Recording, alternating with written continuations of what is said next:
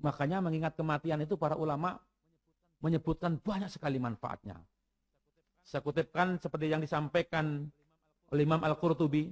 Beliau menyampaikan dalam kitab At-Tadhkirah bi Ahwalil Mauta wa Umuril Akhirah. Dalam sebuah nasihatnya beliau menyampaikan man aktsara. Siapa saja mereka yang senantiasa min dzikril maut. Orang yang senantiasa mengingat apa yang disebut dengan kematian. Biasanya Allah akan memuliakan orang tersebut dengan 3 hal. Ukrima bithalathati asya. Apakah hal itu? Beliau menyampaikan biasanya orang yang senantiasa mengingat kematian ta'jilud taubah. Yang kedua, qanaatul qalb. Hati mereka akan qanaah. Terima, mencukupkan diri dari usaha yang telah dia dapat. Tidak mengambil yang dilarang oleh Allah Tabaraka wa Ta'ala. Menerima takdir yang ditetapkan oleh Allah Tabaraka wa Ta'ala kepada dirinya tentang hal apa saja dari ketetapan Allah Tabaraka wa Ta'ala. Qanaatul qalb yang kedua. Qanaah hatinya. Tidak neko-neko, khawatir dia kalau melakukan kesalahan dari kemaksiatan dan pelanggaran dosa, semua tadi akan dimintai pertanggungjawaban oleh Allah Tabaraka wa Ta'ala nanti di akhirat. Jadi dia khawatir, takut tidak melakukannya. Yang ketiga kata beliau, wa nasyatul ibadah. Dia akan semangat beribadah kepada Allah Tabaraka wa Ta'ala. Semuanya sama nasihat para ulama ini. Waktu kita ini adalah waktu yang terbatas. Kita ini adalah manusia yang memiliki batas tenggang waktu dalam umur kita. Pada saatnya kita akan meninggal dunia. Akhirnya, ngapain lagi kita tidak menggunakan waktu ini untuk beribadah kepada Allah. Sesuatu yang akan bermanfaat untuk akhirat kita. Ini orang yang banyak mengingat kematian. Sebaliknya kata Imam Al-Qurtubi dalam kitab ini.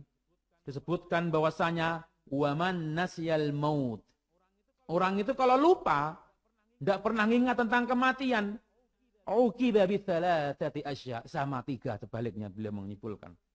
Yang pertama apa? Taswifut taubah. Ya biasanya dia akan menunda-nunda untuk bertaubat kepada Allah Tabaraka wa Ta'ala. Merasa akan hidup selamanya di dunia ini. Seolah-olah akan digulung ini dunia dari tangannya.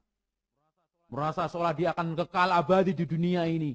Tidak sadar dia adalah makhluk yang memiliki ajal entah kapan waktunya. Setiap saat bisa saja datang ajal itu. Dia akan menggampangkan dan mudah tidak mau bertobat kepada Allah meskipun dia bergelimang dengan dosa. Yang kedua, hukuman bagi mereka yang melalaikan bahwasanya dia ada orang yang akan meninggal dunia. Biasanya dia akan dihukum oleh Allah Tabaraka wa Ta'ala tarkur ridho bil kafaf. Tarkur ridho bil kafaf. Tidak pernah qanaah. Lawan dari yang tadi. Kalau orang yang mengingat kematian takut kepada Allah, khosyah dia qanaatul qalb, ini tarkur ridho bil kafaf. Tidak pernah puas dengan takdir Allah dari apa yang ditakdirkan untuk dirinya dari Allah Tabaraka wa Ta'ala. Sehingga dia melakukan hal-hal yang bahkan yang terlarang pun dia lakukan. Yang terakhir, kata beliau, ad-daqasul fil ibadah. Orang yang seperti ini biasanya malas dalam ibadah. Malas. Faedah yang kita bisa ambil mengapa Rasulullah SAW menasihatkan mereka para sahabatnya, aktsiru dzikra hadhimil ladzat.